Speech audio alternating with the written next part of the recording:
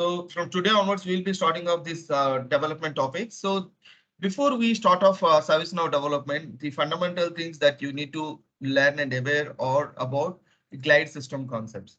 Okay, ServiceNow development is ServiceNow platform development, which uses independent components. These are all called as a platform objects or a platform components that you will use to achieve your customer requirement. Okay, but while you're doing it, as ServiceNow do recommend to use low code, no code platform, majority of the times you can, just have them configured. But there are instances wherein you will have to slightly script. Okay, so in this case, ServiceNow do uses the basic essentials of JavaScripting concept.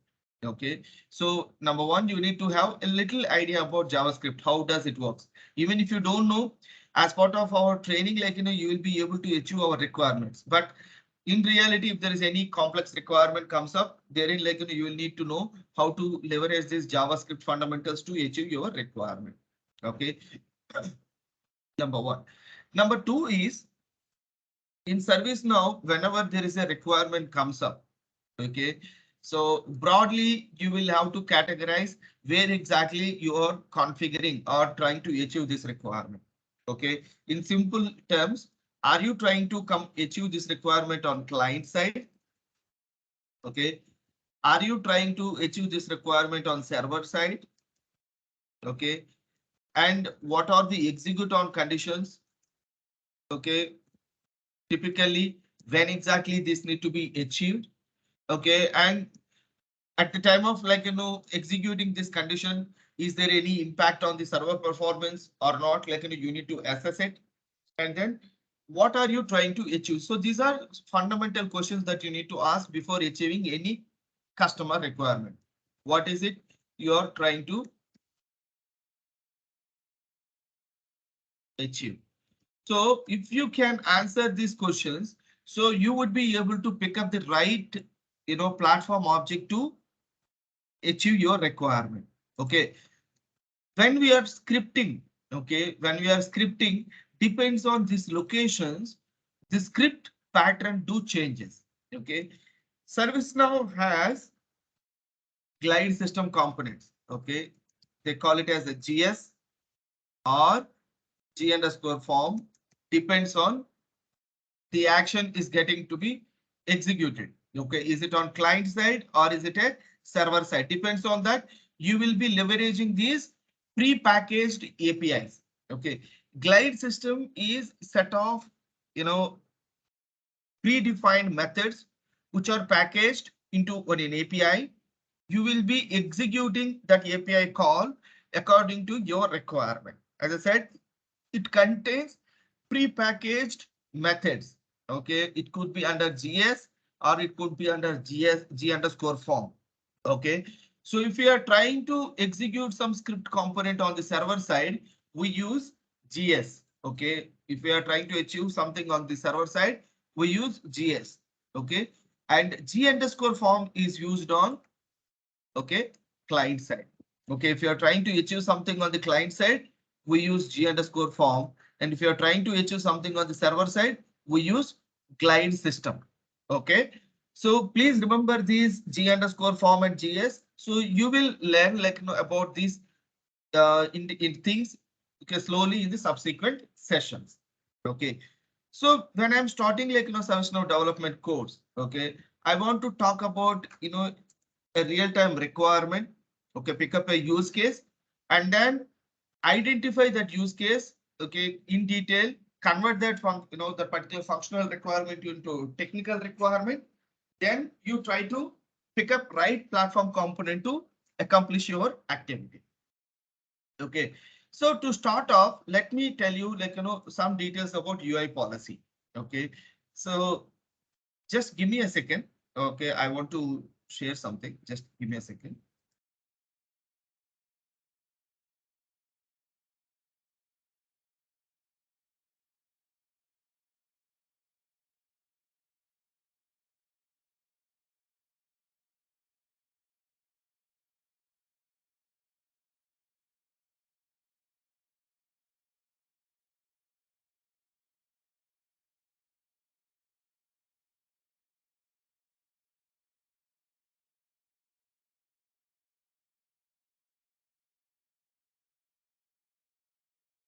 I just want to open up something, please.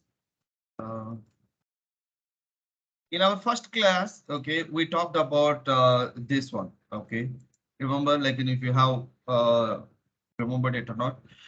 So the whole ServiceNow platform development depends on this stack. Okay, so we talked about, the administration fundamentals such as creating users, groups, reports, so far. Okay, and now there are few other things. Okay, we also learned about creating a new table and then adding columns to it. Okay, and the other fundamentals are like UI policies, UI actions, client script, and then business rules. Roles we learn, email notifications, okay, and then SLAs, UI pages, and few other components, which are like, which will help us to build, the entire platform or an application that we are trying to achieve. Okay, so as can see, UI policy is one of the platform component, will help you to automate some of the client side actions. Okay, now slowly we are jumping into the development. UI policy, okay, primarily help you to automate, okay, the client side form behavior. Okay, so client side, first thing is client side, and as I said, it helps you to automate form behavior. So what it will help, does, okay, if there is a UI policy on the client side, if you want to make a field read only or read write or visible, hide, okay, and mandatory and optional. So these are the fundamental things that you can achieve through the UI policy. So when UI policies do work, for example, okay, I am trying to open a screen. Okay, for example, I'm trying to open an incident screen. Okay, now this is my incident list view. Okay, then the data is moving from list view to the form view. Okay, when I click on this incident ticket, so this is changing from list view to form view. When there is a form loading, okay, when there is a form loading, at that point in time, the UI policies do execute. So typically, when the form loading, the UI policies will work. So which means the UI policies work on load of a form. Okay, on load of a form. Let's say I am trying to reload it. Okay, when I'm saying reload, the form will be reloaded. At that point in time, the system, the UI policies will help you to make any field is read only, read write, or optional or mandatory. So these are some of the things that, it will does. Okay, for example, now my client requirement is, okay, if the status is in progress. Okay, if the status is in progress, technically, somebody is working on this particular incident, right? So if somebody is saying like, from new to, okay, from new to they are moving into in progress, which means, so somebody is working on this particular incident, right? What my client is saying, you cannot move a state to in progress without having a person assigned to it. Okay, you need to have a mandatorily a person need to be attached, only then you will be able to save. But now I can save it, although I have no person available here.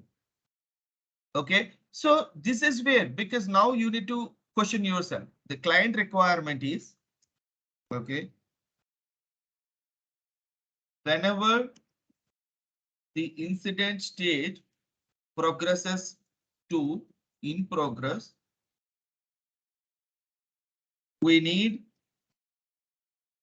to make sure assigned to is mandatory. This is my client requirement. Now I want to change this, functional requirement into technical requirement. Okay, so I have to ask a couple of questions that I am always saying. Okay, so now this is your requirement. Let me ask you the questions. When exactly this behavior need to be applied, and is it on the client side or on the server side? Client side. Okay, this is on the client side. It is not at the database level, which I can talk about server side. So this is a client side behavior that I'm expecting. Okay, now client side. The first question is, the answer is client side is yes. Okay, so the next question is, when, on which table I want to achieve this requirement. Incident. Okay, the table name is incident. Okay, on the incident table on the client side, when exactly I want to achieve this requirement. Sorry, when exactly I want to achieve this requirement. Whenever the incident state is changes to in progress, right? When state is equal to state is in progress, right? Now, my next question is, what is it I want to achieve with this requirement? Now, we said on the incident table is clear. Okay, whenever there is an incident changes to in progress, what is my requirement, client requirement? Mandatory assignment assigned to. Assigned to should be mandate. Okay, assigned to should be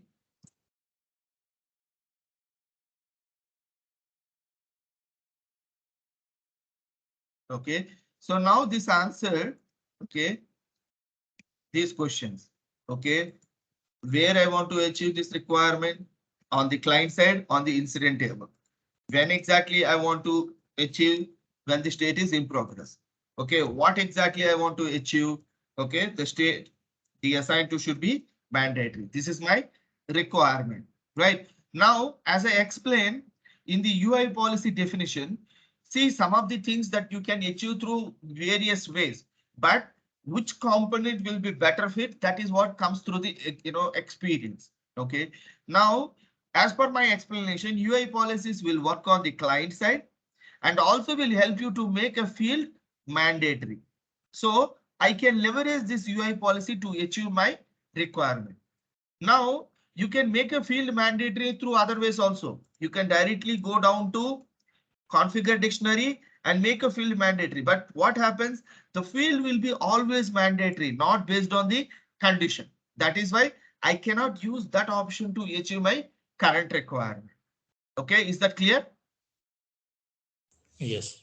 Right. So now conditionally I want to achieve number one. On the client side, I want to achieve number two, and at the time of form load, I want to achieve. These are the conditions. So that is why UI policies are the better fit for you to achieve this requirement. How do you create a UI policy? Okay.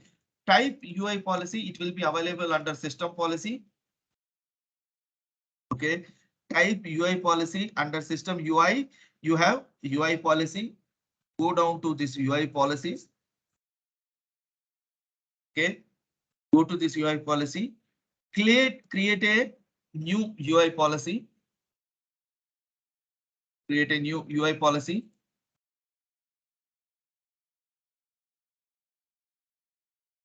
Okay, now once you have the new UI policy, look at your technical requirement. Okay, once I always recommend, let's not go directly into the tool.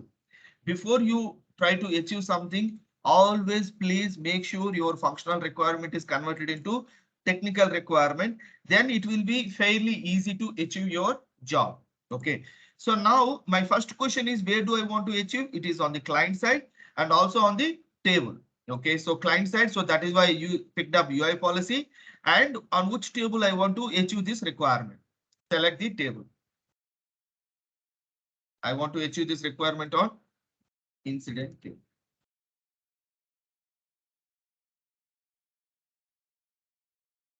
Incident table. Okay, and name this requirement. Okay, name this UI policy stating that make assign to mandatory. Okay, so this is my name to my policy and save this. Okay, so first step is completed. Okay, so I have said this should be on the incident table and I just provided a name to it and it is saved. What is my next condition? When do I want to achieve this requirement? When the state is in progress, right? So go to this particular when to apply condition. Come here where state is equal to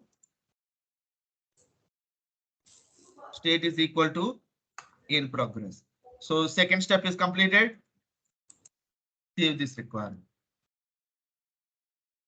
Now, after saving it, what is this third step? What do I want to achieve? The state should, the assigned to should be, okay, assigned to should be mandatory.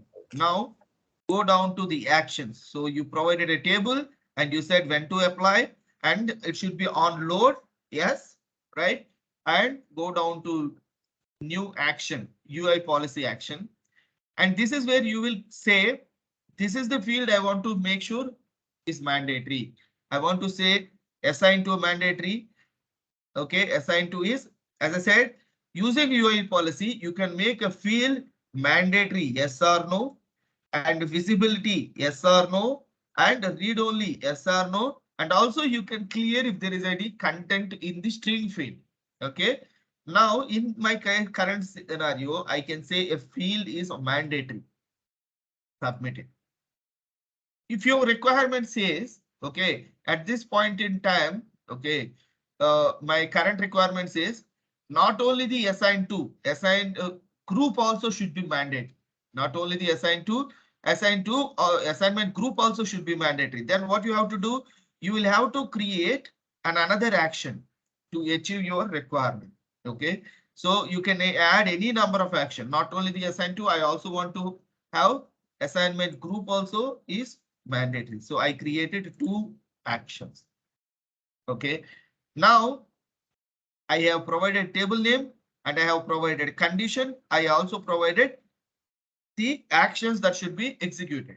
Okay, you can see a red asterisk, okay, red mark here that states on the same field there is another UI policy also existing. Okay, so this is what it is saying. Open up and say, see, this particular field is read only on close.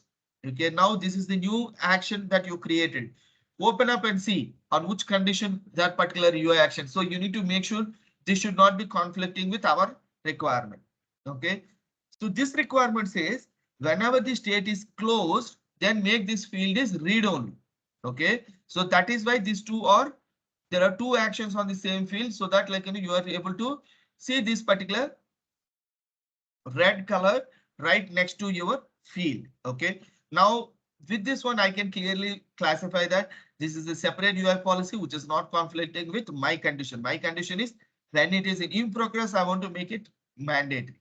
Okay, and this one they are saying when there is the state is closed, make the field is read only. That the policy is different and this policy is different. So my policy, my current customer policy is make the field is mandatory if the state is in progress. Okay, now with this, let me go and test my scenario. Okay, go to incident system and create a new ticket. Okay, use my test logins. Okay, and testing UI policy. Okay, and save it. My UI policy should not be working if the state is equal to in progress. But as soon as I change it to in progress, then I see, you can see the red asterisks have come up. If it goes back to new, no. If it is in progress and try to save your incident record and says the following fields are not filled in, they are mandatory. Okay, you have to give your details, only then you will be able to move further. Okay, so this is how your UI policy will help you to make a field mandatory optional. Same way, if you want to hide some field based on your condition, all you need to do is you need to set the action is equal to visibility false, so that like that particular field will become invisible or it become read only or read write. Okay, all these things you can achieve using UI policy. For example, let us say if the if the category is equal to inquiry, Okay, if the category is equal to inquiry, okay, let us assume, then I don't want to show this service and then service offering fields. Okay, this is my second requirement. Okay, let's write that requirement.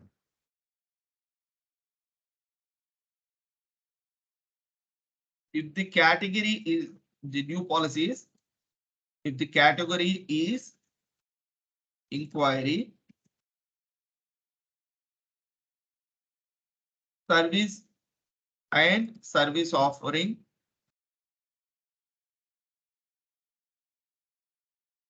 should be invisible. Okay, so this is my customer requirement. Okay, now translate this customer requirement into technical requirement. So where do I want this? Where do I want to achieve this requirement? Client side only. On the client side, on the incident table. Okay, right? And when do I want to achieve this requirement? Category is Category is equal to inquiry. Okay, what do I want to achieve? Okay, service and service offering should hide be visible. service and service offering, right? So this is my technical requirement. Now to achieve this, I will be using UI policy. Okay, I will be using UI policy. Let's go and create a UI policy. Okay, UI policy under system policy. Okay, it will be easy if you have converted your functional requirement into technical requirement. It will be always easy. So please practice this if you are working with ServiceNow. Being it's a tool, it's always powerful, right? So we just have to go by process. Okay, now let's select incident table. I want to do it on the incident table and hide service fields. Okay, and now save it. So first action is closed. And then second one is, when do I want to achieve? When the category is equal to inquiry. Okay, select category is equal to inquiry and save it. Okay, and now, okay, what I want to do, fields, what are those fields? Service and service offering. Select service.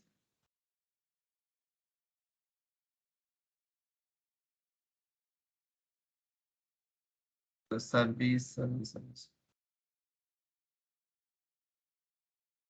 I'm saying visible false. Okay, submitted.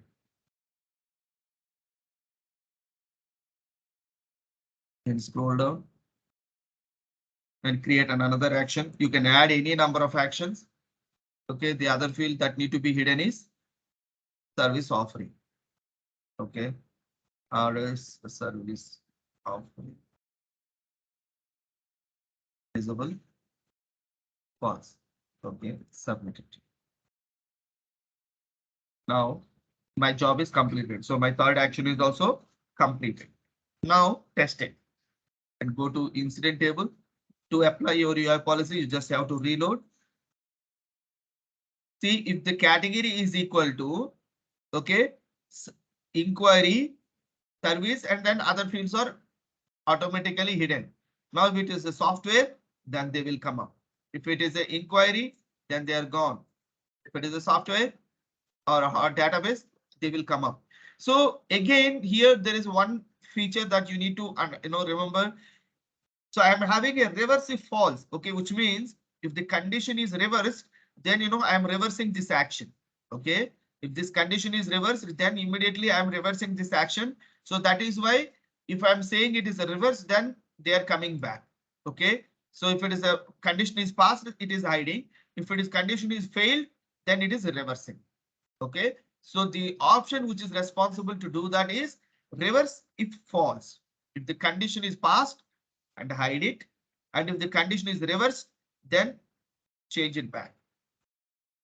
Okay, and again this feature will help you to inherit. For example, I want to have this incident table is extensible and I'm trying to extend it to the other table.